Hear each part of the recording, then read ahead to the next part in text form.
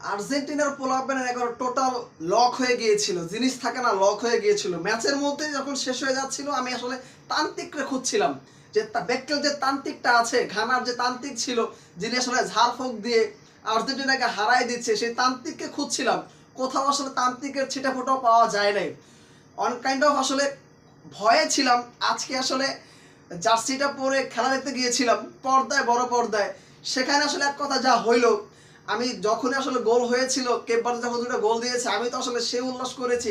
এই ক্ষোভটা আসলে আমার ফ্রেন্ড সার্কেল যারা আছে আমার উপর ঝাড়তে চেয়েছে, কোনো রকম আসলে চিপা চাপা দিয়ে আসলে পালিয়ে এসেছি। আসলে এছাড়া কিন্তু আমার আসলে উপায় ছিল না, কারণ ওইখানে থাকলে মোটামুটি একটা স্যাঁচা খাওয়া যাইতো। সো কোনো রকম ভাবে আসলে জার্সি সম্মান নিয়ে চলে এসেছি বাসায়। সো বিষয়টা যেটা হয়েছে, এত কিন্তু মজা করছিলাম। তান্ত্রিক তান্ত্রিককে নিয়ে আসলে বলার কিছু নেই, তান্ত্রিক যা বলেছে ওটা আসলে সম্ভাব্য একটা বিষয় ছিল। তবে কেপ ভার্দের বজিনহাকে আসলে পুরস্কৃত করা উচিত, যিনি যেভাবে করে আসলে আজকে রুখে দিয়েছে আর্জেন্টিনার প্রত্যেকটা বলকে। এক কথায় আসলে আপনারা বজিনহাকে কিভাবে প্রকাশ করবেন, এটা আসলে আপনারা কমেন্ট বক্সে জানায় যান।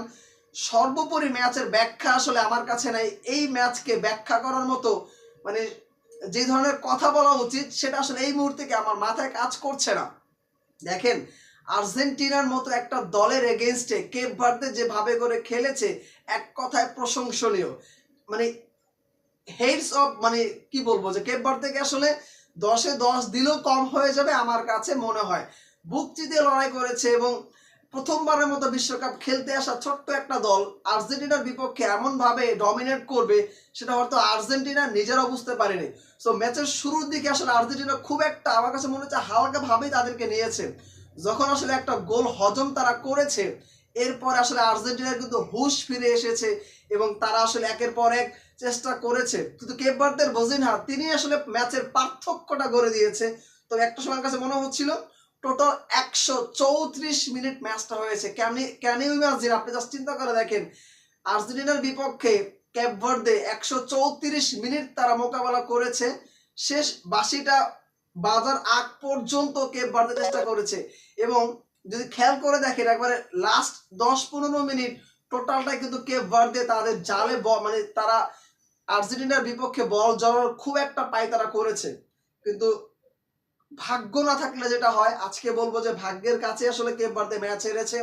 ওভারঅল সবকিছু মিলিয়ে আর্জেন্টিনার এই ম্যাচটা জয়ের, মানে জয় হওয়ারই কথা, কারণ আর্জেন্টিনাকে ছাড়া 16 কোয়ার্টার ফাইনাল, সেমিফাইনাল, এটা আসলে একবার মলিন মনে হবে।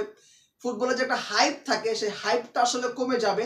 সেই হাইপটা কিন্তু ধরে রাখার জন্য আর্জেন্টিনার পরবর্তী রাউন্ডে যাওয়াটা মাস্ট নিডেড ছিল এবং সেটা আসলে তারা করে দেখিয়েছে।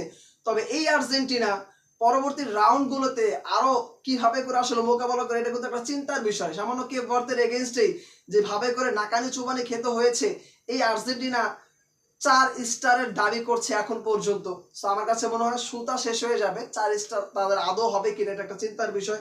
ওভারঅল সবকিছু মিলে আসলে আমরা নিজেরাও চেয়েছি যাতে আর্জেন্টিনা পরবর্তী রাউন্ডে যায়, কারণ আর্জেন্টিনা রাউন্ডে যাক, ব্রাজিলের সাথে সেমিতে তাদের দেখা হোক, সেখানে ব্রাজিল তাদেরকে কিক আউট করুক, এটা আসলে আমরা সবাই চাই। সো আজকের ম্যাচে আপনি কেপ ভার্দেকে 10-এ কত দিবেন কমেন্ট বক্সে জানাই যান। ওই ঘানার তান্ত্রিকটা ততক্ষণ আমি খুঁজে বের করে ট্রাই করছি। ধন্যবাদ সবাইকে, আসসালামু আলাইকুম।